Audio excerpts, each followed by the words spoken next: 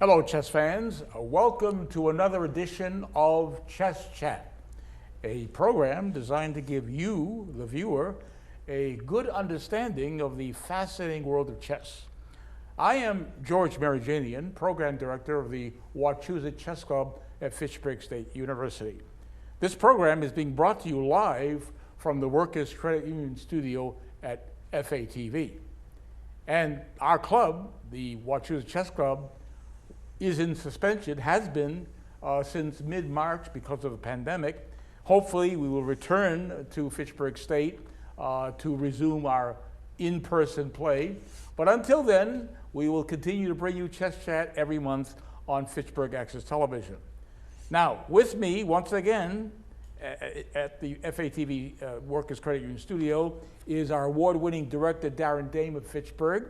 He's assisted in the control room by a fellow resident and longtime Couture Chess Club member, Brian Bigelow.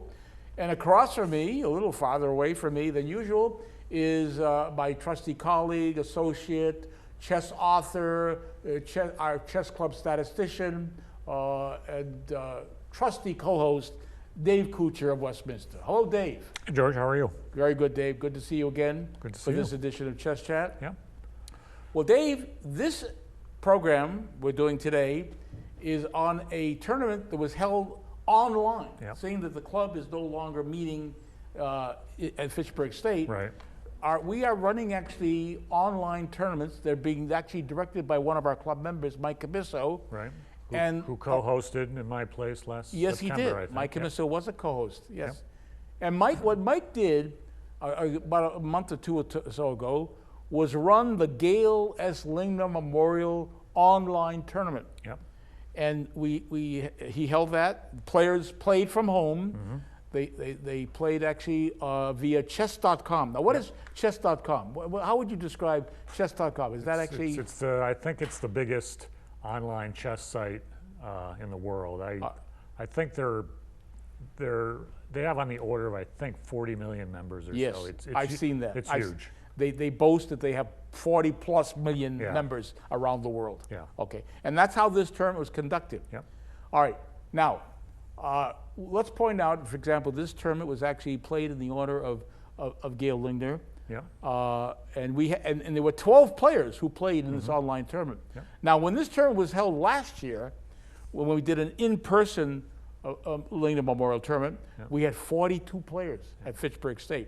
But this tournament online only drew 12. Because, you know, online chess is not everybody's cup of tea. Right. So we did not get the attraction that we did with in-person play. So let us show actually a photo. I think Darren actually has a very nice photo of Gail Lingner, who, by the way, was at the Couture Club for 43 years. Mm-hmm. She passed away on September 6th, 2018.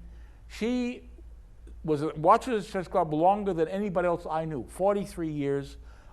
And again, she was a member of the U.S. Chess Federation for many years, many years. She was vice president of the Massachusetts Chess Association, a New England regional vice president for the U.S. Chess Federation. She was actually made the USCF list of the top 10 women's senior players in the country. So she made big contributions to chess. Absolutely. All right, so now Barron has photos, file photos of all the participants in this year's online tournament in honor of Gail. Let's start actually with the players who played in this year's Gail Lingner Memorial Tournament online.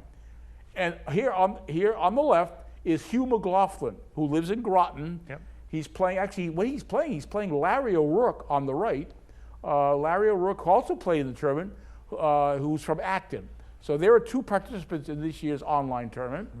Let's go to another photo of some participant. This was played by this photo was taken at Fitchburg State. This also was taken at Fitchburg State. Yeah. Now, who do we have here? On the right, in the red shirt, I see Don Briggs of Lunenburg. Yeah. He's playing there. And across from him, on the left, who did not, by the way, the person he's playing in this file photo is Mike Densmore, who lives in Chelmsford, but did not play in this year's online tournament. Let's go to another participant. Well, here we have, on the left, if I'm not mistaken, is Brian Bigelow, who is our move coordinator and cameraman for Chess Chat. He's playing, now who is he playing? It looks like he's playing Bob Matthew of Ashburnham on the right. Yep. Bob did not take part in the online tournament. But this is, again, photo from Fitchburg State University, the McKay campus, the room C159. This is where this photo was taken. Okay, let's go on to another photo. Now this photo was not taken at Fitchburg State. This is a photo was taken at the Billiards Cafe Chess Club in Ayr. And what we have here is on the left, Jim Hankard of Antrim, New Hampshire, who's playing on the right, Mike Meehan. That is Mike Meehan, Yep, is it not? that's Mike, yep. And I think Mike doesn't Mike live where you are in Westminster? Westminster, yep. Yes, he's a Westminster resident. So Mike did not play in the online, but Jim Hankard on the left did play in the online tournament. So that's another photo. Again, not taken at Fitchburg State, but at Billiards Cafe Chess Club. Yep. Let's go to another photo. Okay, now here we have a photo of It's Larry O'Rourke on the left. This is yes, Larry O'Rourke of Acton. We saw him before. Yeah, Larry O'Rourke and Jim Hankard again. Jim Hankard again. This is Jim Hankard from Antrim, New Hampshire again. Yep. Okay, so again, both of them played in the online tournament this year. Let's go to another photo of participants. Now, here we have on the right, in the foreground, Don Ostrowski of Fitchburg. Now he's playing, the person on the left is actually Steve Murray. Yep. Steve Murray, and of course Steve Murray actually lives, where does he live? Ayr, I think. Ayr, he lives in Ayr. I think so, yeah. Yeah, and he actually runs the Ayr Online Chess Club. Right. He's one of the organizers of the Ayr Online Chess Club. But Don played in the online tournament, but Steve on the left did not play in the online tournament. Okay, let's go on to another. Now here is an up-and-coming young player, Ritvik Pulya of Acton, a very strong teenager who actually poses big threats, Yes. at the club. Absolutely. Yeah, he's defeated many a strong, higher-rated player. So that's Ritvik Pulya. Now, who do we have here? I think we have here. Oh, this is the photo of Mike Camiso in the yes. background. He's waving. Yeah, now Mike. Yeah, that's right. Mike is actually in the middle. Is he waving there? He is waving. Yeah. Okay, this is again the McKay. This is McKay room C159. This is Mike. He's waving to someone To me. to you, right? Who's taking this That's photo? right, yeah. Again, all these photos were taken by you, Dave. Right. Were they not? Yep. Except the ones at Billiards Cafe. Or No, did I you took those too. Oh, yeah. you took those too. Yeah. Okay, Yeah. so all these photos are from you. Okay, let's go on to someone else who played in the tournament. Now this is back to the Billiards Cafe Chess Club, Yep. and we have Brett Kildall on the foreground on the left, and he's playing actually on the right, Ray Paulson, a two-time club champion. Yep. Ray Paulson. Ray did not play in the online tournament, but Brett certainly played in the tournament. Okay, let's go on to the next photo. Now here is a photo of two players whose game we're going to present That's to our right, yep. viewers today Yep. on Chess Chat. On the left is Jim Donahue of Stowe, who's playing on the right, Roger Cappallo, a two-time club champion, a two-time club champion.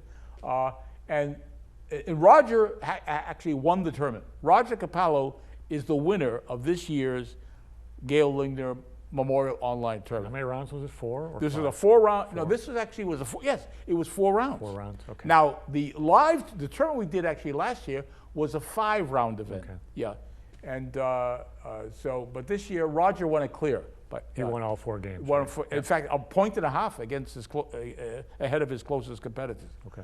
So you chose this game. You found this game, which again we were always looking for shorter games, Right. because we don't have enough time in Chess Chat to present lengthy games. Right. So, again, this is a game that Roger Cappallo with black played against Jim Donahue. So, what did Jim Donahue play as his first move in this game? He opens with D4. Okay, a good opening move. Yep. Yeah, always, D4 is always good. Yeah. Okay, so how did Roger Cappallo respond to D4? The classic D5. Okay, we'll see this. We'll watch. Okay, so we see it now presented on graphically on our screen here. Okay, so now it's White's second move. How did Jim continue? Jim plays C4. Now, what is isn't he offering the pawn He's on offering C4? a pawn. This is called the Queen's Gambit. Okay, this is one of the oldest openings. The Yep. Queen's Gambit goes back many hundreds of years. Yep. And it's a solid opening. Yep. I don't think it's as popular is it now not as popular as it used to be? I mean, I think it's still, even at the top I mean, level, it's pretty still popular. played, but it Although- was very but- popular. But black usually does not take nowadays. Right. I mean, it's possible. That's an option. It's possible to capture, Right, to accept the gambit. but it's typically white will regain the pawn All right, fairly before quickly. we play Roger's reply, now Roger chose not to accept the gambit. Right. He chose to decline the gambit. What are the options that black has here to decline the gambit? The biggest options here are either is e6, Okay, which is called the orthodox defense. yeah, Okay. to support the pawn, or the other way to support the pawn is what Roger did. All right, C6, C6. and that's what he played. All right, we'll see that played.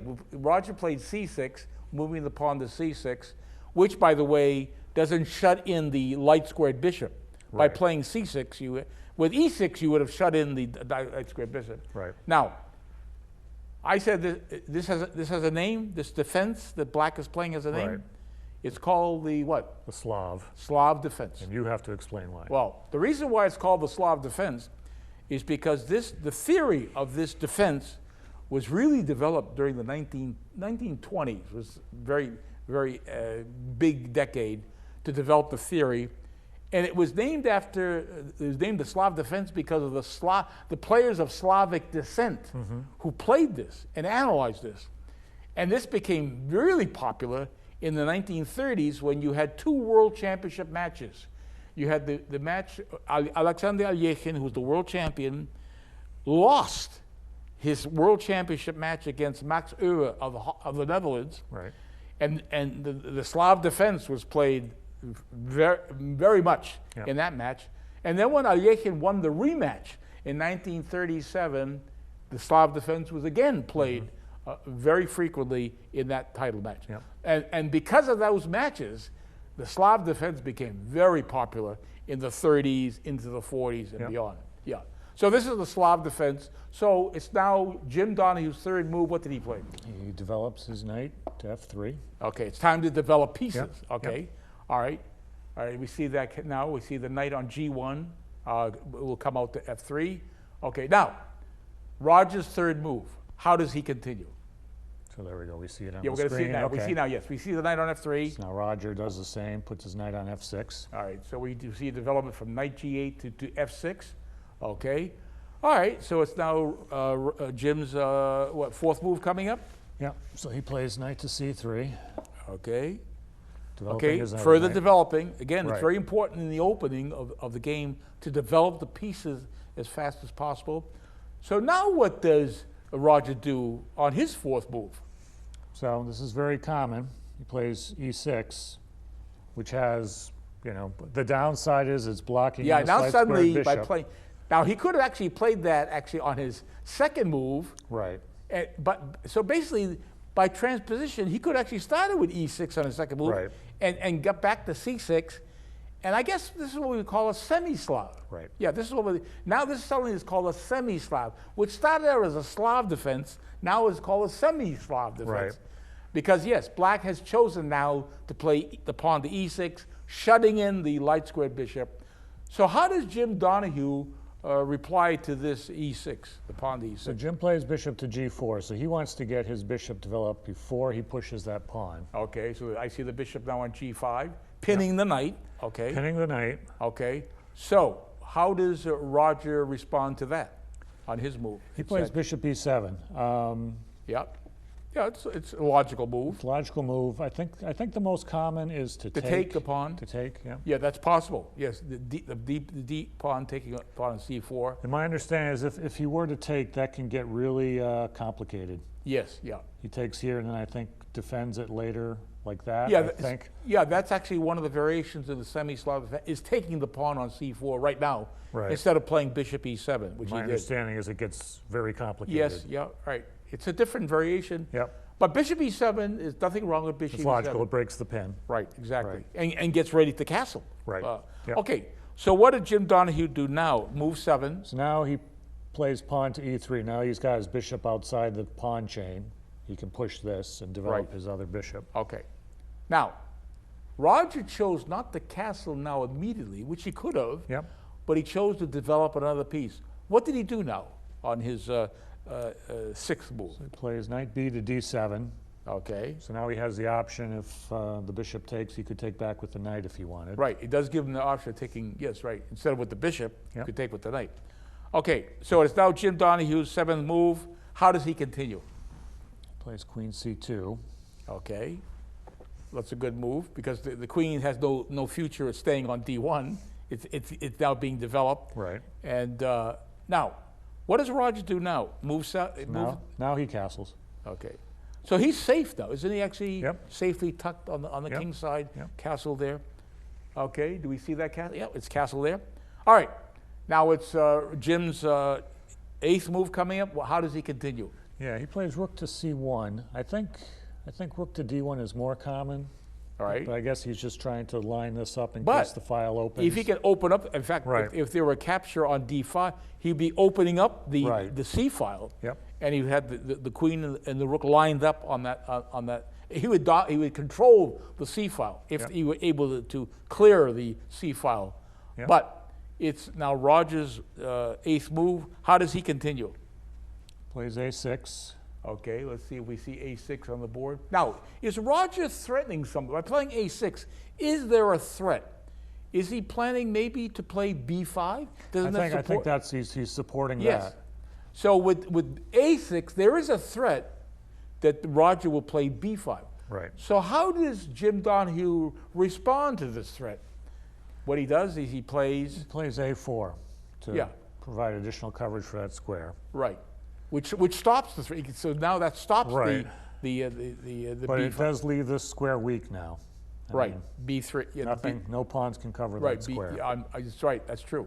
All right, so now it's actually, whose move is it? It's now, oh no, it's Roger's move, his ninth move. How does he continue? Roger's ninth move, So rook e8. okay, brings the rook over there. It's lined up with the white king if things open up. Right, if you can open up on the e file. But of course that file is closed, very much closed. Right. Yeah, okay. So now, it is now Jim Donahue's 10th move coming up. Finally the bishop comes out. The d3. Yep. Now he's lined up here. Look at it. We got Right. the queen and the bishop bearing Line. down on a pawn on h7. But Which of is course, currently guarded by the knight. but- that's very guarded. So how does Roger Cappallo respond to that? Now this is the first move that wasn't in the opening database I was looking at. The Oh, opening really? database I was looking at Is to take the pawn was to on take the c4. pawn. There might have been one other choice, but so this is a brand new move. Okay. Knight f8. All right, so you did not find this in the Nope. database Nope. of all the millions of games that have Yep. been played Yep. in the world. You did not see this, Right. find This this. is a new move. So I guess he wants to bring his knight Yeah, to g6. right. Evidently, is redeployment of that knight. All right, so it is now Jim Donahue's 11th move coming up. Yeah. How does he continue? This is a little questionable, right? Because he's moving a piece that's already developed. He could have just castled. Castle, right. Castling would have been logical. Right, but instead he moves a piece that's already developed, so Well, maybe maybe he chose to do that to counter if Roger would have played the knight to g6. Yeah. Right. But that's not going to stop Roger. Roger can still play knight g6. Did he do that? and in fact he did. He did play knight to g6. He said, I'm going to play it anyways. Yeah. Whether the white knight is on e5 or not, I'm still going to go to g6. And that's what Roger did. We see it here on our board here, Yep. knight g6. So what did Jim do? You said he actually captured the knight on g6? Yeah, he did. So he Okay, that plays was his knight 12th takes move. g6. Now here's the question. This is a question you would put to beginners. Right. What would you recommend? How should a beginner recapture that knight? With what pawn? So the rule of thumb is you like to capture towards the center. Yes, beginners should learn that. It's If you're almost gonna always recapture- best, but- Always best to recapture toward the center. Unless there's some other consideration. Unless you were to capture away and be opening up a file, like the F file. But no, here it is wiser to capture toward the center. That's Right. always a good rule of thumb. Okay, Now we so see it, now yep. let's see it's our Yep. Jim's next move. How does now, he continue So here? now Jim castles. Okay, so he did that move 13, castling on move 13. All right, So you might say Jim seems to be a little better here. He's already finished development. His rooks are connected. Black Yep. still has to get his queen and bishop out of the way. right. Remember, black actually has that shut in. Look at that light square bit. It's shut in. Yep. Yeah, so in fact, if I look at this correctly, White has developed all his pieces. Correct. Every Yep. single white piece has been developed. And look at the pieces undeveloped for black. Right. The rook on A8, the bishop on C8, the queen on D8. And those three pieces have not moved. So then they're undeveloped. You'd have to say white has a slight edge. White would have to hold a slight edge. All Okay, right, we're so getting now, a signal to speed up a little bit. okay, we'll do that. Okay, so finally, Roger takes the pawn on C4. D takes C4. We see it there, and of course, Jim recaptures. Recaptures. Bishop takes C4. Bishop takes C4. Okay, we see that bishop takes C4. Okay, Roger's 14th move. What does he do? Knight to D5. So now we've got Oh, various pieces attacking each other. but because the main threat black has a double attack on the bishop on G5. Right. So I think White's next move is forced. I mean, he's got to capture the bishop on E7, which he does. Bishop takes E7. Yeah. And how does Roger recapture? Roger recaptures with the queen, I believe. Yes, Yep. not with the rook. He captures with the queen takes E7. Yep. Okay. Now, here is where Jim plays. What does he play? He plays knight to E4. He doesn't want to exchange knights. So that's why he moves the knight to E4 instead of keeping the knight on C3. So how does actually Roger respond to knight E4? Now this is a key moment. So Roger plays pawn to E5. Okay. So he's opened up actually for the light square bishop to come out. He's not just opening it up, but he's threatening to put it here where he's going to pin the knight. Okay. So this is key. So right now, this is Jim's chance. So this is his chance actually to make his life easier. He chooses what he does here. I think he misses. I think he misses that. He misses the severity of that bishop F5 pin. So right now, what should he have done here? He could have just taken the knight. Got rid of that knight. That knight had takes, to be pawn takes, and then he could have just brought the knight back here. Right. That's what he should have done. He should have played should have done, but what he chose to do is what? So he played rook F to D1, I believe. So this would we label this a blunder? Yeah. This would have to be definitely called a blunder by playing the rook. Again, because now Roger's going to be in the driver's seat the rest of the way. He plays bishop to F5 for his 17th move. Okay, look, we got a pin. And now this knight is pinned. Right, and we're threatening actually to capture the pawn on D4 with the E pawn. Right. Which three pieces would not would have be three attacking. pieces attacking the knight on E. So this is not good for White, allowing this bishop to pin that knight. Right. So so is this what happened? So Jim realized he must defend that knight on E4. So he defends it. Okay, but now he gets into big trouble naturally, because here is the bone crusher. What does Roger do now on move 18? Well, actually, the possibility was he could have. He still could have taken there. He could have taken. Now he's got three pieces. Which only defended twice. Only defended twice, right. But he chose to do. He missed that. So he played knight to B4, attacking the queen and the bishop also. And the bishop. We got a double attack. The knight on B4 attacks both bishop and queen. So what does Jim Donahue do now? He's got to move his queen. Unfortunately, for Jim, if he had played here, he could have gotten his queen off of this diagonal. So he should have gone the queen probably to E2? But he played to B1, so he's still on that same diagonal. Okay, right. Okay. And that's going to get him in trouble. All right, so how does Roger Cappallo play against this? So now he grabs the knight on D3. Okay, so knight takes D3. We'll see it on our board here. Yep. Knight takes on D3. And, of course, Jim takes back. Queen takes the knight D3. on D3.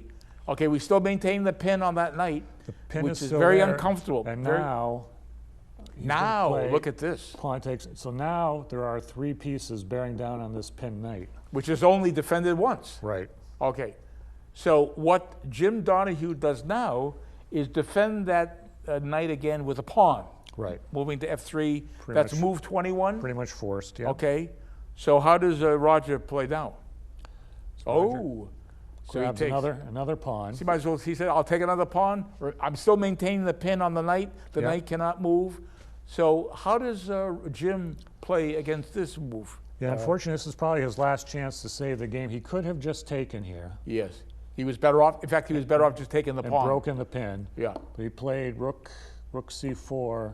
Yeah, he thought maybe by adding another defender on the knight, he would bail out of this mess. But unfortunately, he gets into trouble now because Roger plays rook a to d8, attacking okay, let's the see queen. that. Rook now moves over to d8. Queen now is now attacked, and the queen now has to move to save itself. Right. So now, after the queen goes to e2. Okay, we'll watch. Okay, there it is. The queen on e2. So Roger does what now? What does he do on his move? On move 23. So first 23? He exchanges rooks. Rook takes d1 check. Okay, we'll see that.